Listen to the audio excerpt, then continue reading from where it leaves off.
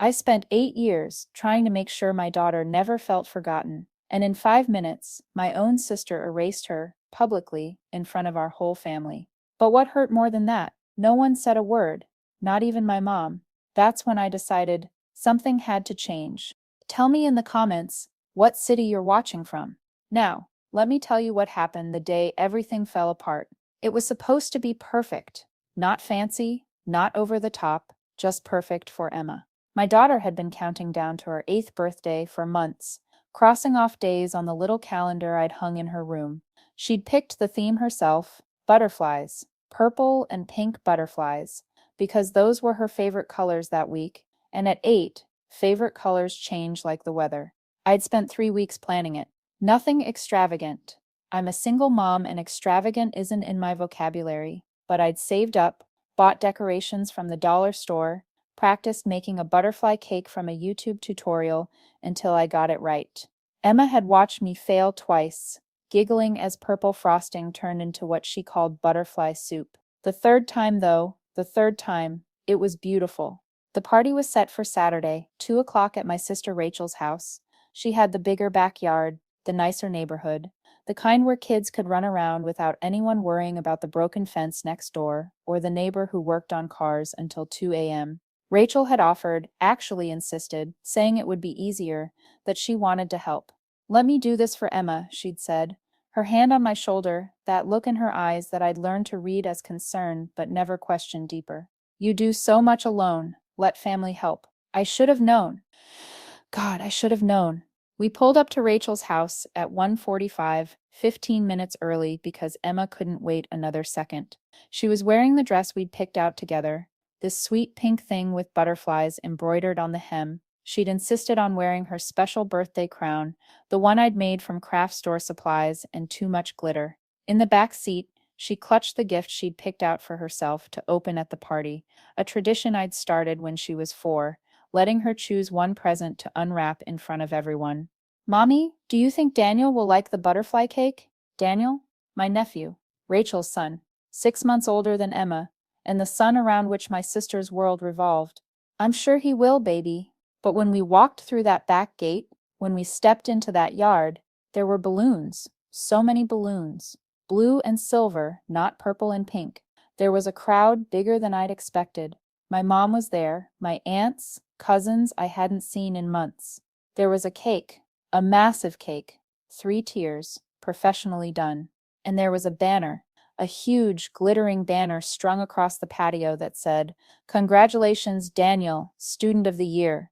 Emma stopped walking, just stopped, like someone had pressed pause on her entire little body. Her hand tightened in mine, that gift bag crinkling against her butterfly dress. "Mommy?" Her voice was so small. "Where are my decorations?" Rachel appeared then, practically glowing, her arms around Daniel, who was wearing what looked like a new suit, a suit. For an 8-year-old, "Oh, you're here." She didn't even look at Emma. Not once. "Everyone, they're here. We can start." Start what? I wanted to scream. Start what, exactly? "Rachel." My voice came out steadier than I felt. "What is this?" She waved her hand like I was being dramatic, like I always was in her mind, too sensitive, too emotional, too much. "Daniel got Student of the Year. Can you believe it? The youngest kid in the school's history to get the award. We just found out yesterday, and I thought, well, we're all getting together anyway. It's Emma's birthday party." The words fell between us, like stones into still water, but Rachel just smiled that smile, the one she'd perfected over years of getting her way. "We're celebrating both. It's perfect timing. Emma understands, don't you, sweetheart? You want to celebrate your cousin's big achievement?" Everyone was watching. My mother, perched on a garden chair like a queen surveying her realm, said nothing. My aunts whispered to each other. The other kids, Daniel's friends, I realized, not Emma's, were already eyeing the massive cake. Emma looked up at me, and in her eyes I saw myself at 8, at 12, at 16, at 25, always on the edges of Rachel's spotlight, always understanding, always making room. "Where's my cake, Mommy?" She whispered it, but in the silence of that yard, everyone heard. "Oh, I made a cake," Rachel chirped. "It's in the kitchen. A little one? Strawberry? Emma's favorite." Strawberry wasn't Emma's favorite. Chocolate was. Strawberry was Daniel's favorite. That's when I knew this wasn't thoughtless. This was deliberate. You need to understand something about Rachel and me. We're 3 years apart, she's older, and those 3 years might as well have been 3 decades in how my parents treated us. Rachel was planned, wanted, celebrated. I was what my mother called, even in front of company, the surprise that changed everything. Everything, in this context, meant my mother's career as a real estate agent, my father's dream of early retirement, their plans to travel. I changed everything by existing. Rachel was brilliant. Is brilliant, I suppose. Straight A's, full scholarship to college, married her college sweetheart, who became a surgeon. The kind of daughter parents brag about at grocery stores and Christmas parties. The kind whose photo stays on the mantle while others get shuffled into albums. I got pregnant at 19. The father, Emma's father, left before she was born, said he wasn't ready to be a dad, moved to Arizona with some girl he met online. I dropped out of community college, moved back home for 6 months, until my parents made it clear that was 6 months too long. Rachel never would have became my mother's favorite phrase. Rachel never would have gotten pregnant. Rachel never would have dropped out. Rachel never would have needed help. But here's what they didn't see. Rachel never would have worked 3 jobs to keep a roof over her baby's head. Rachel never would have sung lullabies at 3 a.m. while running on 2 hours of sleep. Rachel never would have learned to fix a car from YouTube because she couldn't afford a mechanic, or taught herself to sew Halloween costumes from thrift store finds, or made magic out of margarine tubs and food coloring because art supplies were too expensive. Rachel never would have needed to. When Daniel was born, planned, celebrated, arrived into a nursery that cost more than my car, the comparisons started immediately. My mother would hold both babies, one in each arm, and say things like, "Look at Daniel's alertness. He's so advanced. Emma's sweet, though. Sweet is good too. Sweet. That's what Emma got. Sweet, quiet, good. The consolation prizes of character when achievement was already claimed. I watched it happen year after year. Daniel's first steps were a milestone. Emma's were finally catching up. Daniel's first words were documented and shared. Emma's were cute. Every report card, every school play, every little achievement Emma earned was immediately followed by a story about something Daniel had done better, faster, or first. But I fought it. God, I fought it every single day. I made sure Emma knew she was brilliant, that her drawings were masterpieces, that her made-up songs were symphonies. I kept a journal of every wonderful thing she did, every clever thing she said, every moment she shone, which was constantly, if anyone bothered to look. I thought I was protecting her, building her up strong enough that their indifference couldn't knock her down. I didn't realize Rachel had been watching too, and planning. Standing in that backyard, watching my daughter's face crumble while holding her wrapped gift, a craft kit she'd been wanting for months, I felt something break inside me, not crack. Break. Clean through, like a bone finally giving way after years of stress fractures. "Emma, honey?" I knelt down, my voice loud enough for everyone to hear. "You want to know something? This isn't your party. Your real party, is going to be amazing. This is just a mistake. A big, silly mistake that some people made." Rachel's face flushed. "Don't be dramatic, Sarah. We're all family here." "Are we?" I stood up, keeping Emma's hand in mine. Because family doesn't erase an 8-year-old's birthday. Family doesn't replace butterflies with someone else's name. My mother finally spoke, her voice carrying that tone of authority that used to make me shrink. "Sarah, you're making a scene. Think of the children." "I am thinking of the children. I'm thinking of mine." The yard was silent, except for the sound of the pool filter running in the background. The other parents, Rachel's friends, mostly, shifted uncomfortably. Daniel stood next to his mother, looking confused, but not upset. Why would he be? This was his world working exactly as it always had. "You know what, Mom?" I turned to face her fully. "You're right. I don't want to make a scene. So Emma and I are going to leave, quietly, and you all can enjoy Daniel's party. But I need you to know, all of you, that this is the last time. The last time you pretend she doesn't matter. The last time you erase her to make room for someone else." "You're overreacting," Rachel said, but her voice had lost some of its confidence. "It's just a party. We can sing happy birthday to both." With whose name on the cake, Rachel? Whose name on the banner? Whose friends in the yard? I picked Emma up, even though she was getting too big for me to carry comfortably. Whose achievement being celebrated while an 8-year-old girl in a birthday crown gets told to be understanding? Emma buried her face in my neck, and I felt her tears hot against my skin. That's when I saw it. Rachel's smile. Just a flicker. Just a moment. But it was there. Satisfaction. She'd won something, in her mind. Proven something. That Daniel was more important, more celebrated, more worthy of everyone's attention, even on Emma's birthday. Especially on Emma's birthday. Come on, baby, I whispered to Emma. Let's go. But as I turned to leave, Emma pulled back from my shoulder. She looked at the crowd, at her grandmother who hadn't hugged her, at her aunt who hadn't said, "Happy birthday," at her cousin who didn't even know it was her special day. And then she did something I'll never forget. She walked over to the gift table, Daniel's gift table, piled high with wrapped presents, and placed her own little gift bag right in the center. The one she'd picked for herself, the craft kit she'd been dreaming about. For Daniel, she said, her voice clear and steady, since it's his party. Then she looked at Rachel, and in that moment, my 8-year-old daughter had more dignity than any adult in that yard. Happy birthday to me, I guess. The silence that followed was deafening. Even Rachel couldn't speak. Emma walked back to me, took my hand, and we left. But I wasn't done. Not even close. Have you ever had a turning point that cracked your life into before and after? A moment where you finally see every pattern, every small cruelty, every deliberate choice that you'd explained away for years. Tell me in the comments if you've been there. When the blindfold finally came off, driving home with Emma silent in the back seat, still wearing her birthday crown that now sat crooked on her head, I wasn't just angry, I was awake. Finally, fully awake. And when you're awake, you start remembering things differently. Like how Rachel had called me 2 weeks before the party, suggesting we move it to her house. How she'd insisted on handling the RSVPs. How she'd been so eager to help, so uncharacteristically generous with her time and space. Like how she'd asked, casually, what kind of cake I was making. Then said she'd order one as backup just in case, because you know how unreliable homemade can be. Like how Daniel's Student of the Year award, I'd checked later, had actually been announced a month ago. She'd had a month to plan a celebration. She chose this day. But there was more. Things I'd filed away over the years that suddenly formed a pattern so clear I couldn't believe I'd missed it. The Christmas when Emma was 4, and Rachel had accidentally scheduled Daniel's piano recital for the same afternoon as Emma's preschool Christmas program. My mother went to the recital. The time Emma won a coloring contest at the library, and Rachel immediately pulled up Daniel's artwork on her phone, showing everyone how naturally talented he was.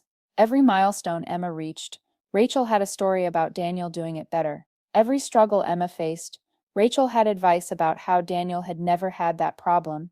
But the worst part, the part that made my hands shake on the steering wheel, was realizing my mother had been her accomplice. Every single time. When we got home, I set Emma up with her favorite movie and ice cream, lots of ice cream, and told her we'd have her real party next weekend. Just us and her actual friends, with butterflies and chocolate cake and no one else's name on the banner. Then I went to my laptop and started searching. See, Rachel had made one mistake in all her careful planning. She'd used my email as the backup contact for the party venue reservation. I know because I'd gotten the confirmation, and in that confirmation was something interesting. She'd paid for it 3 weeks in advance. 3 weeks. Before she'd even called me about moving Emma's party to her house. But that wasn't the only thing I found. Rachel's Facebook, which she thought I couldn't see because we weren't friends anymore. Her choice, after an argument about her posting photos of Daniel but never Emma, wasn't as private as she thought. Her friends' profiles weren't private, and her friends had been posting about Daniel's big celebration for weeks. Can't wait for the party. Daniel deserves this so much. Your sister is so sweet to share the day. Share the day, like it had been Emma's choice, like an 8-year-old had offered up her birthday. I screenshots everything. Every post, every comment, every single piece of evidence that this had been planned, orchestrated, deliberate. Then I found something else. My cousin Linda had been at the party. She'd stood there with everyone else, silent, watching Emma's humiliation unfold, like it was just another family gathering. But Linda had a guilty conscience and a wine problem, and those two things together meant she called me that night. "Sarah, I'm so sorry," she slurred into the phone. "I didn't know what to say," Rachel told us. "She said you knew." She said you agreed because Emma's party was canceled anyway. Canceled? Because of the money thing? She said you couldn't afford it, and she was helping by combining the parties. My blood went cold. Linda, what exactly did she tell you? The story came out in pieces, interrupted by Linda's wine-soaked apologies. Rachel had told the entire family that I was struggling financially. I wasn't, things were tight, but managed, that I'd been too proud to accept help, I hadn't been offered any, and that she'd stepped in to save Emma's birthday from being nothing at all. She'd painted herself as the generous sister saving the day, and me as the proud but pitiful single mother who couldn't even give her daughter a proper party. She even said, Linda hiccuped. She said you'd been borrowing money from her for Emma's school supplies, that you were too embarrassed to have everyone know. I'd never borrowed a cent from Rachel, not once, not even when things were at their worst. When I was choosing between groceries and gas, I'd rather have gone hungry, and sometimes did, than ask her for anything. Linda, I need you to tell me exactly who she told this to. The list was everyone. Every aunt, uncle, cousin, family friend. She'd been laying this groundwork for months, maybe years, creating a narrative where she was the successful, generous sister, and I was the failure she kept afloat. No wonder no one had said anything at the party. In their minds, Rachel was doing me a favor. In their minds, Emma should be grateful for whatever scraps of celebration she got. I hung up on Linda mid-apology and sat in my dark kitchen, shaking with rage so pure it felt like electricity in my veins. Then Emma appeared in the doorway, her butterfly dress replaced with dinosaur pajamas, holding her stuffed rabbit. Mommy? Why did Aunt Rachel say it was Daniel's party? I pulled her into my lap, this beautiful, overlooked, deliberately erased little girl. Because sometimes, baby, people show you who they really are, and when they do, we believe them. Did I do something wrong? No, sweetheart. You did everything right. You were kind and generous and brave. You gave away your own present rather than make a scene. You know what that makes you? She shook her head against my chest. Better than all of them. She was quiet for a moment. Then, Mommy, I don't want to see them anymore. Then you don't have to. Even Grandma? Especially Grandma, I thought but didn't say. Even Grandma, if that's what you want. Emma nodded, then padded back to bed. I sat in that kitchen until sunrise, planning exactly what I was going to do. I didn't explode. That's what Rachel expected, what she'd prepared for. The dramatic sister making a scene, proving once again that she was the stable one, the rational one, the better one. Instead, I disappeared. Not literally, but from family events, from the group chat, from the carefully constructed narrative Rachel had built. I politely declined Sunday dinners. I was busy during family gatherings. Emma and I had plans whenever there was a birthday, holiday, or celebration. Rachel texted after a week, "Don't be petty. It was just a misunderstanding." I didn't respond. My mother called, "You're being ridiculous. Family forgives." I didn't argue. I just said we were busy and hung up. 2 weeks passed. Then something interesting happened. See? Rachel had a problem. The story she'd told everyone about my financial struggles, about her generous rescue of Emma's birthday, required maintenance. It required me to play my part, the struggling sister who needed her help. Without me there, people started asking questions. Where was Sarah? Why wasn't Emma at Sunday dinner? Had something happened? Rachel couldn't admit the truth, that she'd deliberately hijacked an 8-year-old's birthday party, so she had to keep lying. And lies, as everyone knows, require more lies. She told people I was ungrateful, that I'd thrown a fit about her helping, that I was keeping Emma away out of jealousy over Daniel's success. But here's what Rachel didn't know. I had allies she'd never considered. Mrs. Chen from Emma's school, whose daughter was Emma's best friend. She'd been invited to the original party, the one that was supposed to have butterflies. She'd RSVP'd to me directly, not through Rachel, and when she showed up at a different address than I'd given her, Rachel had sent out updated invitations to a party that was clearly not for Emma, she'd noticed. She'd also taken pictures, lots of pictures, including ones of Emma's face when she walked in, of the banner with Daniel's name, of Emma placing her own gift on Daniel's table. Mrs. Chen had sent them to me that night with a simple message. In case you need these, that woman is not your sister. But more importantly, Mrs. Chen was on the PTA with several other mothers. Mothers who knew me from school pickup, from volunteering at book fairs, from chaperoning field trips. Mothers who knew I'd never missed a school event, never failed to send in supplies, never been late on a field trip payment. The narrative Rachel was spinning didn't match the Sarah they knew.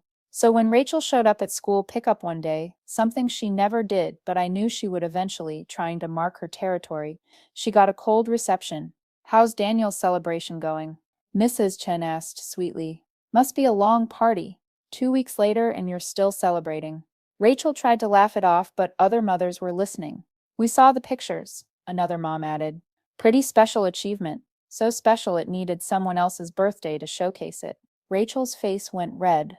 "That's not—" Sarah's being dramatic. "She's always been sensitive." "Sensitive?" Mrs. Chen stepped closer. "Is that what you call a mother protecting her child from being publicly humiliated? Because where I come from, we have other words for people who steal birthdays from children." The circle of mothers had grown. These weren't family members who'd been fed lies for years. These were women who saw me, exhausted but present, every single day, who knew what I sacrificed, what I managed, what I survived. Rachel left quickly, but the damage was done. And in a small town, that kind of damage spreads, but I wasn't done. Not yet. 3 weeks after the party, I got a call from my Aunt Patricia. She was my father's sister, had always stayed neutral in family drama, but something in her voice was different. "Sarah, I need to ask you something, and I need the truth. Did you really borrow $5,000 from Rachel?" "What?" "She's telling people you borrowed $5,000 for Emma's medical bills, that you never paid it back. That's why she had to take over the birthday party. You couldn't afford it after owing her so much. $5,000. Medical bills." The lies were growing. "Aunt Pat, I have never borrowed money from Rachel. Not 5,000, not $5.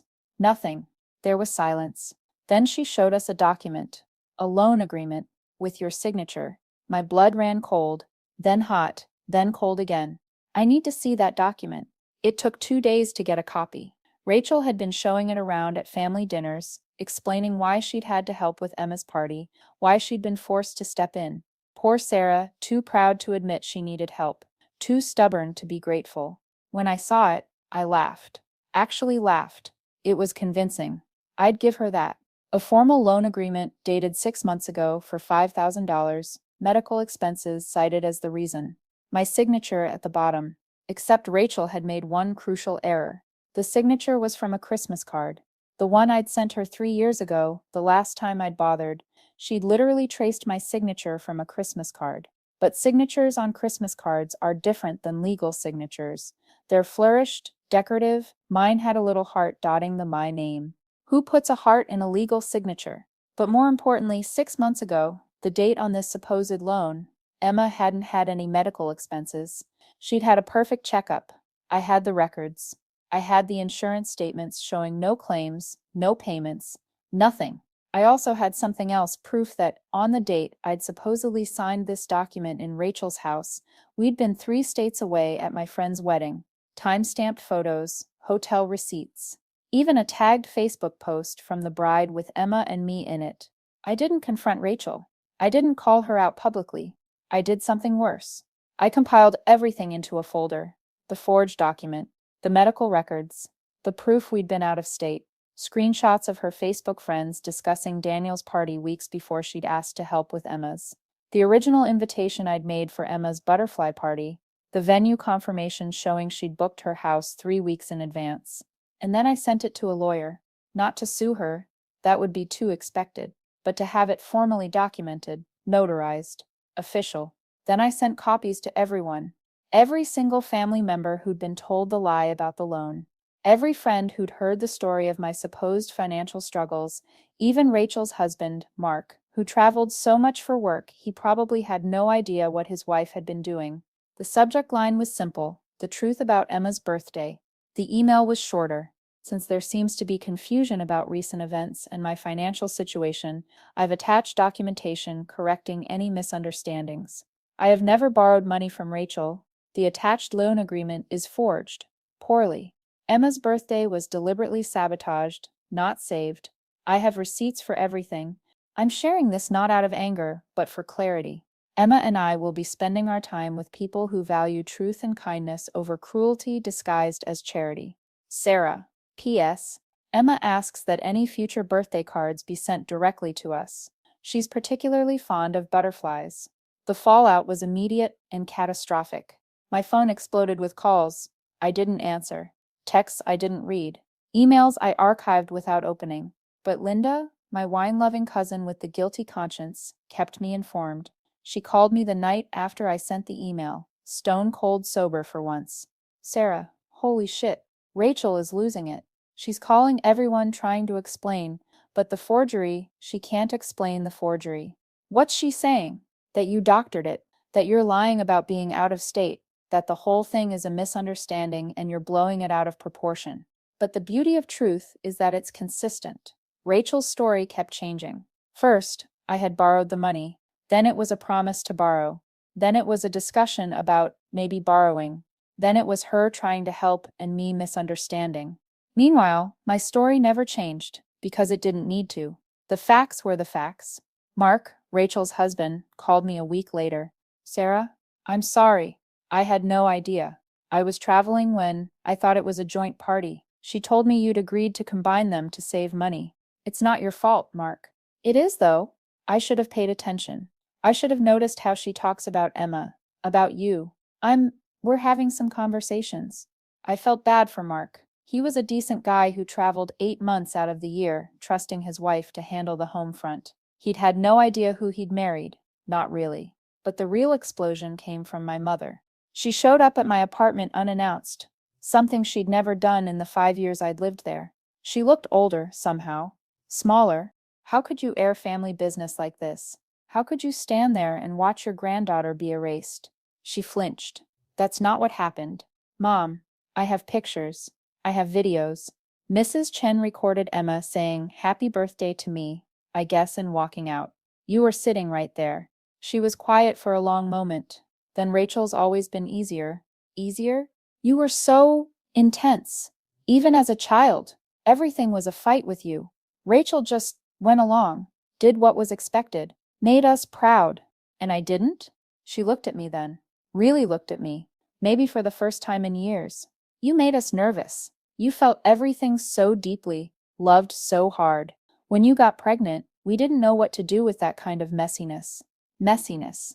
That's what my love for my daughter was to her. Messy. So you chose Rachel. We didn't choose. You chose Rachel. Every time, every day, and now you're choosing her again, even after what she did to Emma. She's my daughter. So am I. And Emma's your granddaughter, your only granddaughter, and you sat there and watched her heart break because Daniel's achievement was more important than her existence. She stood to leave, but turned at the door. You've destroyed this family. No, Mom. I just stopped pretending it wasn't already broken. 2 weeks later, Daniel changed schools.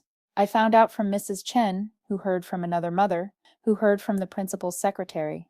There had been an incident. See, kids talk, and Emma's classmates had been at the party.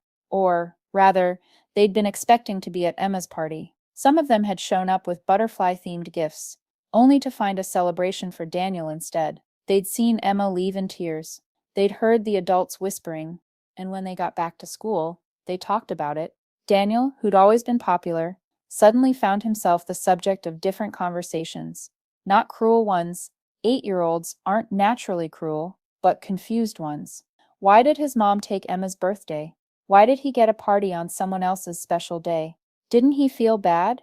Daniel, to his credit, hadn't known. He genuinely thought it was a shared celebration.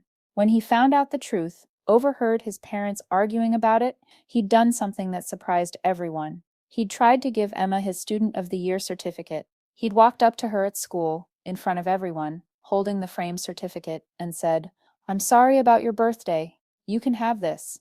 Emma, my beautiful, wise beyond her years daughter, had looked at it and said, "That's yours, Daniel. You earned it. I just wanted my own day." But the damage to Daniel's reputation was done. Not because the kids were mean to him, but because they saw him differently. He wasn't the golden boy anymore. He was the boy whose mom was mean to Emma, the boy who got parties that weren't his. Rachel, in her typical fashion, tried to fix it by escalating. She complained to the principal about bullying. She demanded meetings with other parents. She threatened to go to the school board. But there was no bullying to address. just the natural consequences of actions being seen in daylight. She eventually pulled him from the school, enrolled him in a private academy across town, told everyone it was because he needed more advanced academics. But Linda told me the truth. Daniel had asked to change schools. He didn't want to be the birthday stealer anymore. That broke my heart a little. Daniel was just a kid, caught in his mother's web. But maybe it would teach him something Rachel never learned, that stepping on others to elevate yourself leaves you standing alone on a very shaky platform. 3 months after the birthday disaster, I got a letter, an actual letter, handwritten, in my mailbox. It was from my grandmother, my father's mother, who'd been in assisted living for the past 5 years. She was 93, sharp as a tack, and had apparently been following the family drama from her retirement home through the gossip chain of visiting relatives. My dear Sarah, I heard about Emma's birthday. I heard about all of it. I need to tell you something I should have said years ago. Your father would be ashamed of how his family has treated you. Deeply, profoundly ashamed. You remind me of him. You know, that intensity your mother complains about. That's your father's heart, you inherited. He felt everything deeply, too. It's why he died young. His heart literally couldn't contain all that feeling. But it's also why he lived so fully in the time he had. Your mother never understood that. She loved him, but she never understood him. And when you came along with that same burning heart, she was terrified. She thought if she could just make you smaller, quieter, more like Rachel, she could protect you from your father's fate. Instead, she broke something precious. But here's what I want you to know. You haven't broken this family. You've revealed it, and sometimes revelation is the first step to resurrection. I've changed my will. The house, the one your father grew up in, the one with the butterfly garden he planted for your mother when they were young, it's yours. Yours and Emma's. Rachel will be taken care of, but not with the family home. That belongs to someone who understands what family really means. Don't let them make you small, my dear one. And don't let them do to Emma what they tried to do to you. All my love, Grandma Rose. I sat in my car after reading that letter and sobbed. Not pretty tears, but the ugly kind that come from years of holding everything in. The butterfly garden. I'd forgotten about the butterfly garden. My father had planted it the year I was born. My mother had mentioned it once, offhandedly, that he'd chosen butterflies because that's what I felt like to him. Something beautiful and transformative, delicate but strong enough to migrate thousands of miles. Rachel had always been allergic to the garden. Literally, something about the pollen made her sneeze. Rachel came to my apartment on a Tuesday morning. I was working from home, Emma was at school, and there she was at my door, looking like she'd aged years and months. We need to talk. I let her in. Not because I wanted to, but because I knew this moment had to happen. She sat on my second-hand couch in her designer clothes, looking around at my small space with something that might have been surprise. I think she'd expected squalor, evidence of the poverty she'd invented. Instead, she found a clean, warm home filled with Emma's artwork, photos of our adventures, books everywhere. You've ruined my life, she started. No, Rachel, you ruined your own life. I just stopped letting you ruin ours. Daniel had to change schools. That was your choice. My marriage is falling apart. That's between you and Mark. She was quiet for a moment, then, why couldn't you just let it go? It was one party, and there it was. Even now, she didn't understand. It wasn't one party, Rachel. It was every day for 8 years. Every achievement of Emma's you had to overshadow. Every moment of joy you had to diminish. Every single time she tried to shine, you made sure Daniel shone brighter. That's not. It is, though. And you know what the really sick part is? Daniel didn't need you to do that. He's a bright, talented kid who would have been fine without you tearing Emma down to build him up. You made him complicit in something cruel, and now he has to live with that. I was just trying to give him advantages. By stealing them from Emma? By teaching him that his success requires someone else's failure? She stood up, pacing to the window. You don't understand. You've never had to be perfect. Mom and Dad expected it from me. Everyone did. Do you know what that's like? To never be allowed to fail. And you thought the solution was to make sure I never succeeded. She turned to face me, and for the first time in my life, I saw tears in my sister's eyes. I was jealous. The words hung between us like a bridge. I wasn't sure I wanted to cross. Of what? You had everything. I had expectations. You had freedom, you got to mess up, start over, be human. I had to be the example, the success story, the one who did everything right. And then you had Emma, and suddenly you had this purpose, this fierce love that made everything else irrelevant. You were poor and exhausted, and still happier than I'd ever been. So you decided to punish us for it? I decided to prove I was still winning. That doing things the right way was better. That Daniel was better because he came from marriage and planning and financial stability. He's not better, Rachel. He's just luckier. And you made him worse by teaching him that luck was the same as superiority. She was crying now, really crying, and part of me, the part that remembered sharing a room with her when we were kids, the part that remembered her teaching me to ride a bike, wanted to comfort her. But the mother in me, the part that had watched Emma's face crumble in that backyard, wouldn't let me. I want my daughter back, she said quietly. I almost laughed. You mean your niece? The one whose existence you've been erasing since she was born? I mean my family. I want to fix this. Some things can't be fixed, Rachel. They can only be learned from. She left after that, and I haven't seen her since. I heard from Linda that they moved to another state for Mark's job, that they're in counseling, that Daniel's doing better in his new school. I hope that's true. For Daniel's sake, I hope that's true. The night after Rachel's visit, I was tucking Emma into bed when she asked, "Do you think Aunt Rachel is sad?"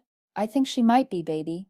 "Good," she said, then quickly added, "Not in a mean way, but maybe if she's sad, she'll understand how I felt, and maybe she won't do it to another kid." 8 years old, and she was already wiser than most adults I knew. You know what I realized, Mommy? She was playing with her stuffed rabbit, not looking at me. When she took my birthday, she actually gave me something better. What's that? She showed me who really loves me. Like Mrs. Chen came to my real party, and Lily's mom made me a special butterfly necklace. And you, she looked up at me then, you stood up for me, in front of everyone, even Grandma. I'll always stand up for you, Em. I know, that's the gift.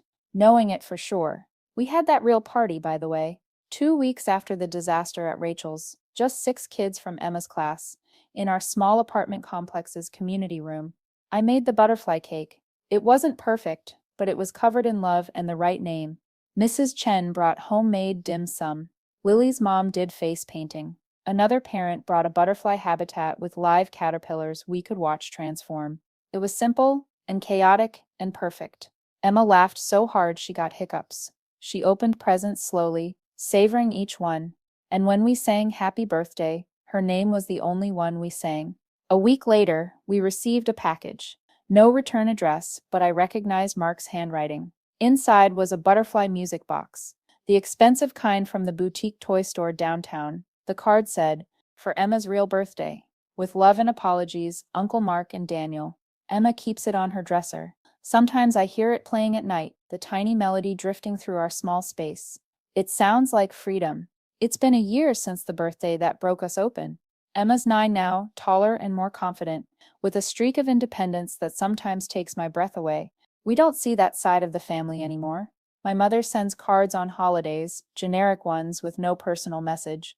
I save them in a box Emma doesn't know about, in case she wants them someday.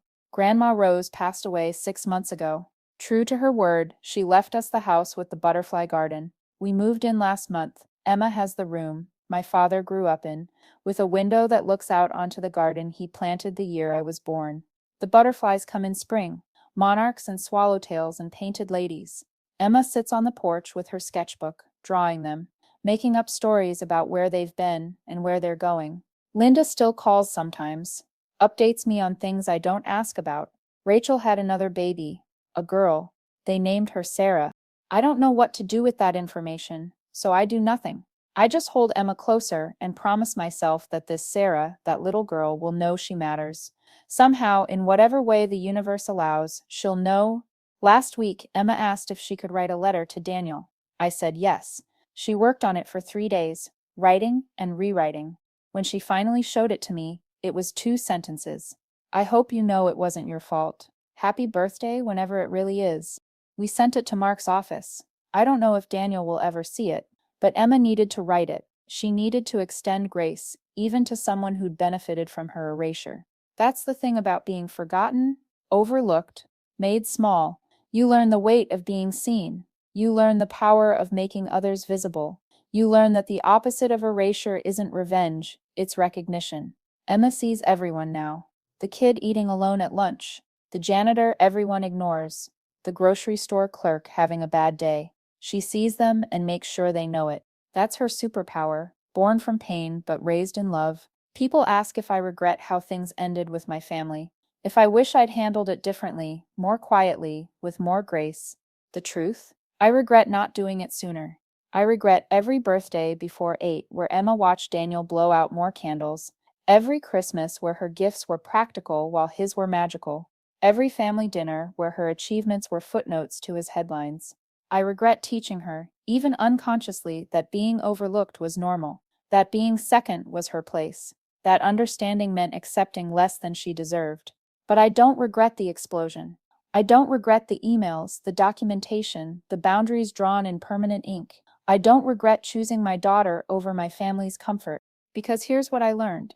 Sometimes the most loving thing you can do is tell the truth so loudly that the echoes remake the world. Sometimes you have to break the family to save the child.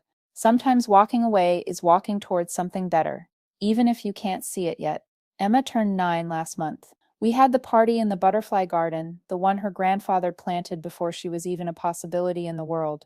I'd worried about making it perfect, about compensating for all the birthdays that weren't quite right, but Emma stopped me while I was stress baking the third practice cake. Mom, it doesn't have to be perfect. It just has to be mine. So it wasn't perfect. The cake was lopsided. It rained halfway through, and we all ran inside, shrieking and laughing. One of the kids was allergic to butterflies, which we didn't know was possible until hives happened. The piñata broke on the first hit, and candy went everywhere, including into the pool. It was chaotic and messy and absolutely Emma's. At one point, I found her sitting alone on the porch, watching her friends play in the garden. I sat beside her, worried something was wrong. You okay, baby? She leaned into me, this girl who was getting too big for my lap, but would never be too big for my arms. I'm just memorizing it, she said. The feeling of everyone being here for me, just me, not because they have to, or because someone else is more important, but because I matter enough for a whole day. I pulled her closer, kissing the top of her head that still smelled like baby shampoo even though she insists she's too old for it. You matter enough for every day, Emma. Every single day. I know that now, she said, but I didn't always. And knowing it now makes it even better, you know? Like finding out you were rich the whole time, but nobody told you. As the sun set over the butterfly garden, as her friends laughed and played, as the imperfect cake sat waiting to be cut with her name, written in frosting that would never be confused for anyone else's, I realized something. My sister hadn't stolen Emma's birthday. She'd revealed exactly how much it was worth, and we'd never let anyone undervalue it again. The butterflies agreed, dancing in the late afternoon light, transformation complete.